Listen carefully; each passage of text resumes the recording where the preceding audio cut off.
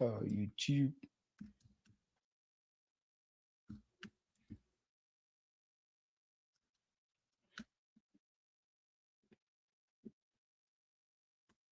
Good evening. Good evening.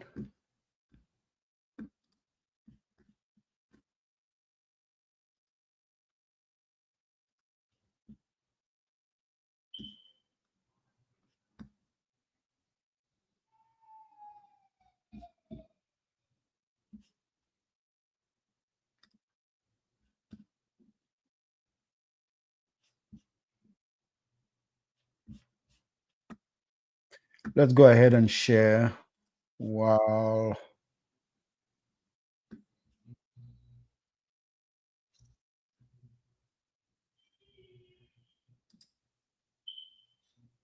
let me copy this and share. Today we're gonna be talking about the World Cup qualifiers.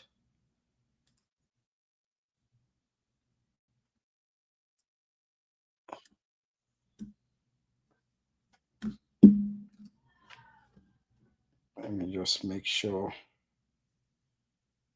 I can share this in various groups. 30 minutes of football. We're gonna talk about the game Cameroon played today. Let me see.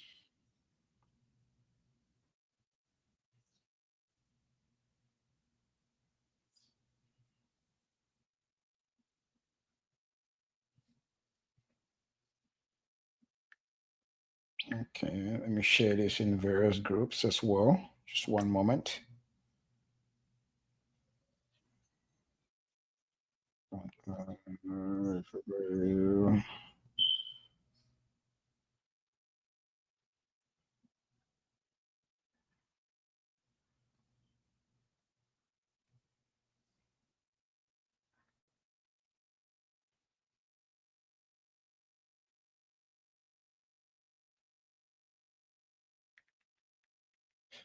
Cameroon will have to wait until last day of play to know if they qualify for World Cup 2026.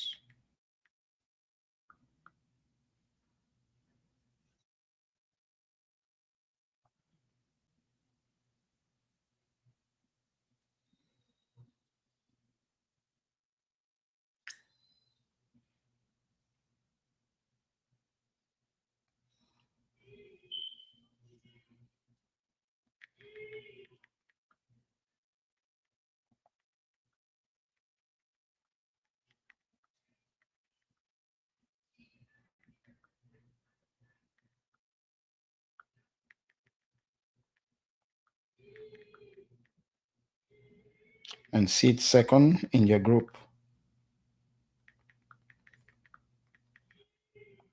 That's Group G. Cameroon is in Group D. In Group D.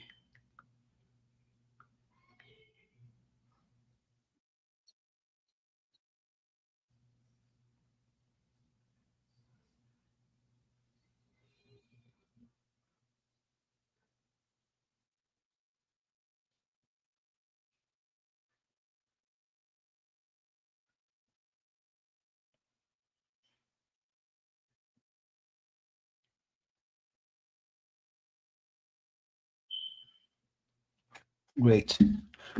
So we're gonna talk about the World Cup qualifiers that took place today. Cameroon won their first away game. I mean, after how many games? Cameroon is only winning away today. I mean, that's terrible. But most of you that have actually followed Cameroon in this competition will know that organization has been part of the problem, and that's not only a problem that's happening now with Cameroon. It's a problem that has been for quite a long, long time. Cameroon actually beat Mauritius today by a score of 2 goals to 0. We'll talk about the lineup. We'll talk about the approach of the coach, and please share, comment, and I'll start in about a minute. So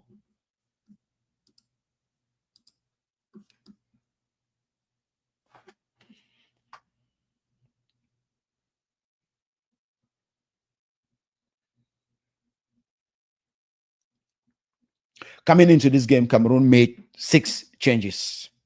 Yeah, 6 changes were made to the lineup.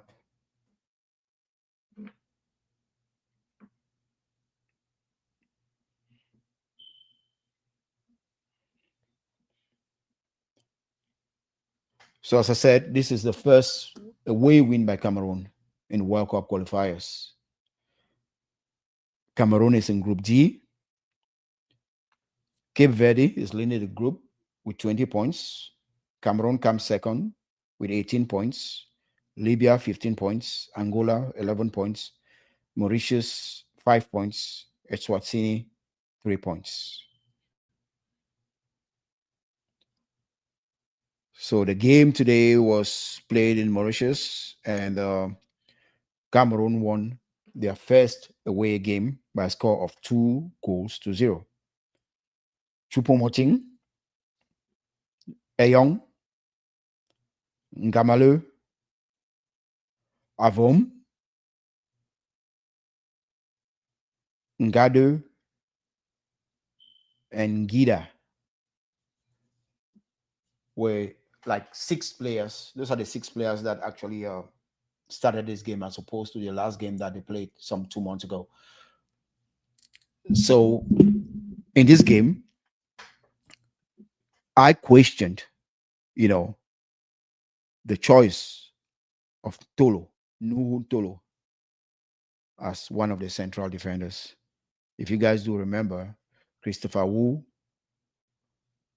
was one of the players that played in the game that were beaten by Cape Verde. Him and Boyamo, they were not called this time around. The coach, Mark Brace, he actually, you know, decided not to call those guys. And today, in his back four, he played Chachua. We know Chachua normally plays at right back, so there was no surprise for that. Ngado was brought back in. Ngado did not play the game against Cape Verde. He was brought back in. Nagida actually played left back. In this lineup over here, it shows that he plays central midfield. No, but Tolo was the one that played together with Ngado as central midfielders. If you watch the game, for me, Ntolo should not be playing as a central midfielder because he tends to keep the ball a lot. He tends to make runs with the ball that are unnecessary and dangerous. And in the first half, he made one of those runs that was actually unnecessary and very dangerous. Fortunately for Cameroon, nothing happened. But if you play like that against more experienced teams, they're gonna punish you. So for me, I don't know why Tolo was played in the central midfield.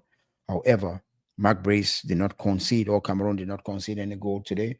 So I might criticize that choice, but it did not hurt Cameroon by any means.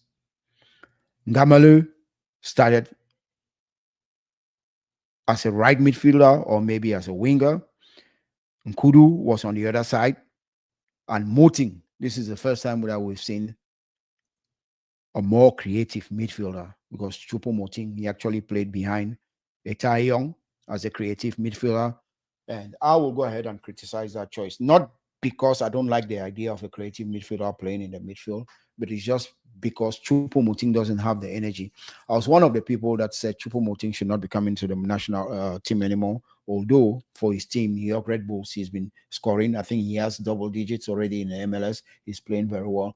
But when it comes to the national team, where we are competing against young teams that run a lot, they have so much energy, and you start a guy like Chupomoting.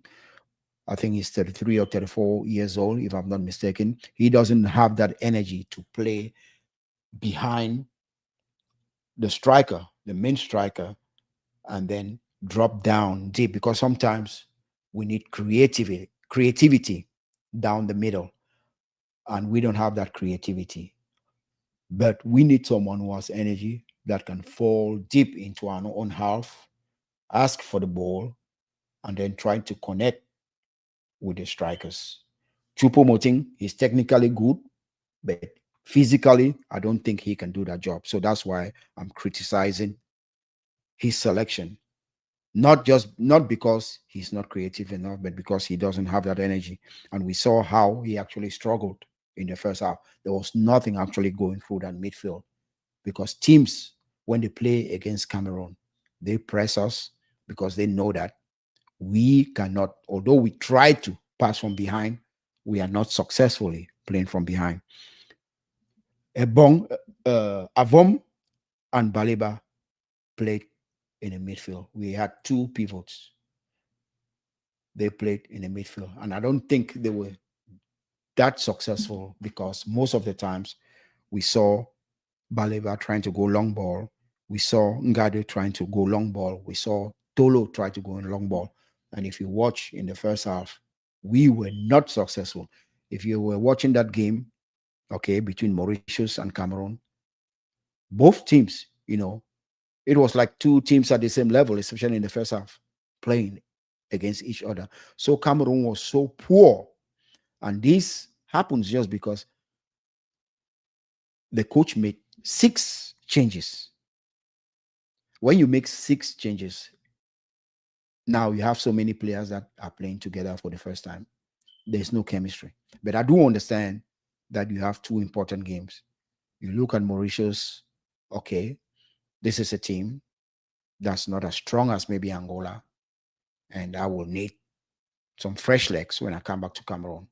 So let me start, a much more weaker side. Let me try some players and let me preserve some energy. I understand that. But again, it doesn't stop me to critique the way Cameroon came out in the first half. And I think Cameroon was very poor. Nkudu was very poor. His crosses were just terrible. The crosses were just too high, no impact, and Mauritius defended well. Ngamale, although he scored in the second half, I think he was also very, very poor in the first half. However, the adjustment made by the coach to bring in, when we see a guy like Walk coming from the bench and impacting games, he had the assist and he created, that second goal. It drives me back to the point where I'm like 4 years, 8 years, because I remember Basigor came in the scene in 2017, where he had that great African Nations Cup. And 8 years down the line, we're still counting on guys like Basingok. There's just a fundamental problem with our football. And this goes beyond the national team. It's just because we haven't had a project, a long project that will bring consistency. And remember, I'm talking about consistency. I'm not talking about scattered achievements through maybe a decade, 2 decades. I'm talking about consistency because if you have a project and you build on that project from grassroots to national team, from the league to the national team, you will constantly have players that will integrate the national team. You will build a culture that everyone understands. When you look at the way Cameroon plays now, I mean, what are we all about? When you look at the way Cameroon is playing, what are we really all about? Is the team good enough? Of course, look at the players. Anguissa, two-time Serie A winner. Baliba, Ryzen. Mbuemo. So the talent is there. But the culture is actually missing. And when I talk about the culture, I'm talking about the style of play. What style of play is Cameroon playing? Long balls? It was against Mauritius today. A team that is dead last. Are they last in Group D? But when you look at better teams, like for instance, we played Cape Verde, some months ago. Cameroon, for the whole first half, did not have a shot on target. And that was sad. That was sad. It's just because these long balls, we are too slow. We are not passing the ball with pace. So these long balls actually don't work. It doesn't work. Today, it did work in the second half. Yes, because we saw Baleba hit a long ball. And Basingok was pressuring the defender who headed the ball across his goal line, and Kudu was there to collect and finish. You know, you wouldn't see that against better teams. They wouldn't give you such easy opportunities. And I think that's why Cameroon is in such a difficult situation right now. Second goal, still the same thing.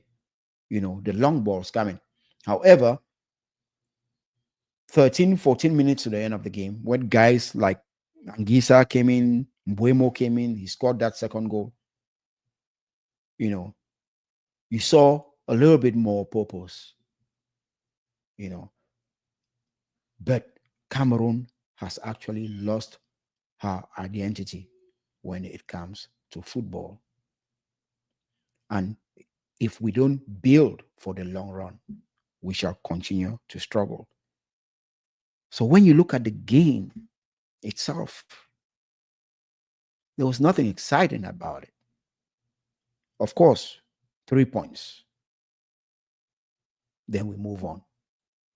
But I think that Cameroon needs a project. Long-term projects are not just short-term projects. Onana, I mean, his game was good. I mean, ever since I think he moved to Turkey, now his mind is settled. He can focus and play football without so much unnecessary criticism. There was not much for him to do, but the few opportunities that Mauritius had, Onana actually did well. Ngadu, for me, bringing a guy like Ngadu back to the national team, it's not actually what I wanted. It's not actually what I hope for. Because if we do take that, just say if we actually qualify for the World Cup and we take guys like Ngadu to go play, it's gonna be a mess. It's gonna be a disgrace because how old is Ngadu? Ngadu is not for the future. I prefer for kids. Yes, the Buyomo, they made mistakes again in last game and we lost. But I prefer guys like Buyomo, who I prefer them to play because they are young and they can actually learn from their mistakes. If they do make mistakes, they can learn and we move on. But when you keep bringing in guys like Ngade to come and play the type of football that I saw today, I'm not impressed. Although we did not concede a goal, the football was actually ugly to the eyes, and these are realities that we actually need to tell ourselves. Sometimes when I see some of the things that fans are saying, because if I was going to analyze, I mean, the whole campaign, I can I can point to you where Cameroon actually went wrong. Football is not only played on the pitch; it's everything. It's back office, it's recruitment, it's everyone coming together, looking into the same direction. But when you travel to go and play games and you arrive on the same day or hours before a game, how do you expect players to give their best? That's the problem Cameroon has been dealing with, which is a bigger problem. Now, let's look at a game of some exciting players that we have been watching since league started, since La Liga started. I'm talking about Eta Ayong. We all like that Eta Ayong actually started today. And I think he should actually start when we play Angola. Sometimes it's good, if you are playing the young strikers or the young players, you should also give them support, enough support around them, because the strikers live and die by the service, by the balls you actually give them. I didn't see, especially in the first half, any opportunities or any balls given to a Tai Young in the final third where he can actually create something or make something happen. And it's that type of service that we have been crying about. Watching the game today, I think I'll better prefer maybe an Angisa to start when it comes against Angola, because although sometimes we complain that he keeps the ball a little bit too longer, when he came in the game today, we saw that Cameroon was more relaxed. Against Angola, which is a team that's more experienced, better than Mauritius, we cannot start the same lineup that we started today. Especially playing Tolo as center, I don't want to see Tolo play as central defender in the central defense because he's just too slow and he wants to go on adventures. He wants to keep the ball. He wants to run with the ball, which is actually very very dangerous. And then the nerves, you know, I think throwing in guys like Etai Young today, the nerves were also there because it's a crucial game, regardless. These are must-win games that Cameroon has to. I know Cameroon sometimes, you know, they like situations like these must-win games, but sometimes you need more experienced players on the field in these situations.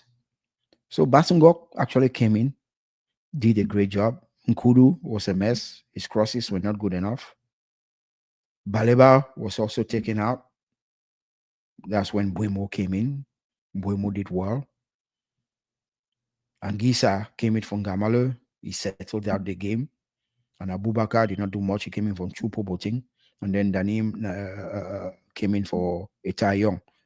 His energy, I liked his energy, you know. So they actually came in and closed the game for Cameroon. So it's an essential win for Cameroon, 2-0. And now they will be going to the final there. Putting some names on there like Burkina Faso. The reason I just put those two, Burkina Faso and Madagascar, those are the two teams that Cameroon actually has, I think, a better goal average. And Cameroon is, let me see, Cameroon is just a point behind them. So basically, any of those teams, if they draw any game and Cameroon wins, that's how Cameroon gets through, you know, in order to play playoff football. And the playoff will be 4 teams going at each other. Then one of those teams will actually go ahead and play the winner of, let's say, the Asian group as well. So 10 teams from Africa can make the World Cup in 2026. 9 spots are guaranteed, and one will be through playoffs going through Asia. You know, so let me see what Jerome Go was saying. He said they managed one goal and start playing as if they were training. Exactly. Anguissa with Cameroon has always been uninspiring. Yes, I do agree. You know, to some point. You know, when you say Anguissa with Cameroon has always been uninspiring. I think the problem is that when we watch some of these players at their various clubs, right? We expect them to come at national team and give us the same effort or the same amount of success, but it doesn't always translate like that because we know that at national team, these players play for 10 months at national team and then periodically they come to play. I mean, at club, they play for 10 months. Periodically, they come to the national team and they play whenever they have qualifiers, be it African Nations Cup qualifiers or World Cup. So the chemistry most of the time is not there. And then let's take, for example, our midfield. Look at the players we have in our midfield. I can call you 5, 6 players that have come to the midfield, and either they are holding midfielders or they are box to box. None of them are creative. Even Chupo Moting, that played as a creative midfielder today. At club level, when was the last time he played as a creative midfielder, even at the club level? You know, playing as a creative midfielder in that position, I mean, in a 4-3-3, it's not easy. I mean, you have to run up and down. Sometimes you have to fall into the midfield, you know, so it demands a lot of legs. And Chupo Moting, he's not the youngest. He's not the youngest. So I think that's why some of these players actually struggle when they come to the Cameroon national team. Look at Baliba. Even look at Baliba. You know, we're lucky today. There was some balls that he was very sluggish with. You know, so we're lucky today that we're playing against Mauritius, but it's not encouraging at all. That's why, in my opinion, when you ask me how can you fix the Cameroon national team, it must only be long term. We must invest. We must be patient. Invest in grassroots football. Invest in our leagues, and then we shall start seeing the fruits. going up to national team. You know, all these fights that we're having, you know, football is not only played on the pitch. There's back office. We have to put the players in the best position to win. You know, and if Cameroon doesn't go to World Cup in 2026, it will not be because Cape Verde beat us. It will be because we drew away at Mauritius. I mean, we no, I'm not Mauritius. I'm sorry. We drew against Eswatini. I mean, how can you explain that Cameroon goes and draw against Eswatini? But it's simple. It's just because, you know, back office did not do. The minister was fighting with Fekafu. But that's not the first time. Okay, to be able to compete at a high level, players need to be put in the best conditions. So Cameroon plays next. They play Angola. Even though they win, should they win that game, they must count on Burkina Faso either dropping points, they can draw, or they can lose. Madagascar, the same thing. Burkina Faso, in my opinion, do they play Ghana in the last game? I mean, I think there's a tough, and Ghana should have had like a vital move towards qualification. Let me see when the next play. I think the next game, should it be on the 13th? I know. Okay, I'll just say it. Okay, Ghana plays Comoros. So that's not Ghana. Ghana plays Comoros. Let me see what game actually we shall be interested. Sierra Leone, Djibouti. Okay, no. Okay, Burkina Faso. Burkina Faso plays Ethiopia at home. That's a game we should be watching. If Burkina Faso draws or loses in that game, then Cameroon sneaks in. There's another game. Let me see. Is that Monday? Okay, I know Cameroon plays Angola. Cape Verde. If Cape Verde also loses against Eswatini, which I don't think they will lose, Cameroon actually gets in. Okay. So the game that interests me, I'm looking for that game. There's a game that interests me. Let me look for that game here.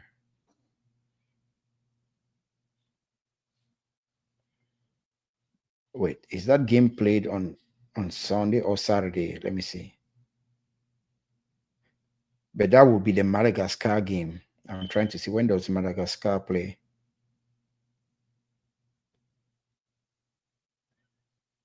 Sunday.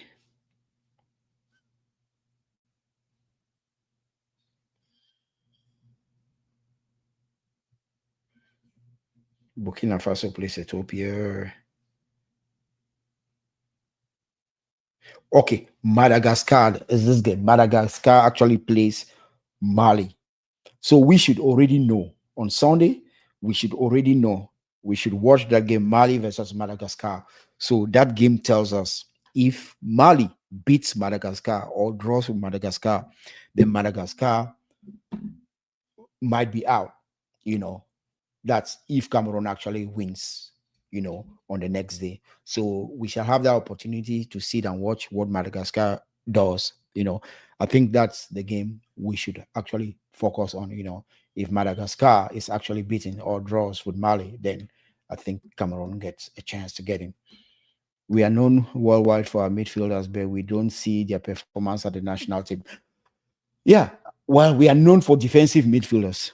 Okay, so what type of performance do you want to see from defensive midfielders? We have not considered a lot of goals. So that's what the job of a defensive midfielder is. Most of the defensive midfielders that we have, Avom, Baliba, they're not goal scorer. They're not creative midfielders, right? Even Anguissa. Anguissa is a box-to-box who plays for Napoli, right? So once in a while, you see Anguissa box-to-box. But in order to play the way Anguissa plays for Napoli, you must have someone that is a spy on Anguissa. If you remember when we played, Cameroon played the World Cup, the game we drew 3-3, where Anguissa lost the ball up in deep in our half. He was trying to dribble pass. He was trying to protect the ball. He lost the ball, and we got scored upon. There was a lot of criticism. Even when you watch a guy like Baliba, I had this conversation with a friend, right, where Baliba's best position, and I think Baliba's best position is to play box to box, eight, maybe alongside Anguissa. We can play with 2-8, Baliba and Anguissa. Avom can play like the holding midfielder, where he has to release the ball, quick releases. The reason why I say that is because Baliba likes to dwell on the ball, and you see that even with Brighton. Anguissa too likes to dwell on the ball. Now, if you want these guys to dwell on the ball, you must give them protection, because the longer you stay with the ball, the more there's a chance that the ball gets stolen from you. Okay, so maybe we push Baliba a little bit up front so that he can play with the ball a little bit higher, and it will not be too dangerous for the Cameroon national team. Yes, our midfielders are known, I'm not talking as if more than, because Cameroon is a national team that has been known for so many good midfielders in the past. But now we can all agree that even Baliba, he's not yet known. He's just still a prospect. He's not a finished good yet. So that's why I think we struggle. We struggle because we don't have that creativity moving on, and that we don't, and also because we don't have a long-term project. But True Lion, we cannot make it out of the playoff, even if we finish among the best second. Oh yes, if we finish among the best second, I think one of the teams in the playoffs is Gabon will be there, and Congo DR. Those are the two top teams that will be in the playoffs. And believe me, you know how Cameroon is. Cameroon is a funny nation, man. The tougher opponent you give them, then that's when Cameroon actually. I mean, you saw that last World Cup. We did not just qualify like that. We had to go take qualification in Bida in Algeria. So there's nothing you can put beyond this national team. But in order for us to get consistency, I stress on the word consistency, we will need long-term projects and not, as I say, fit file for market day. So Cameroon needs to be thinking about long-term projects and not, short-term goals, because short-term goals is not going to help us. It's never helped us. So we can throw blame on the coach, we can throw blame on the minister, we can throw blame on FIFA Food. But if all these people or these entities or organizations are not working together, to look into one direction as one, then we shall continue to struggle. Okay. Thanks, bro. Thanks for your participation. Let's keep the conversation going. Even after the live, we can always have this conversation. It's part of the entertainment. And I do appreciate your input, bro. You have a wonderful day.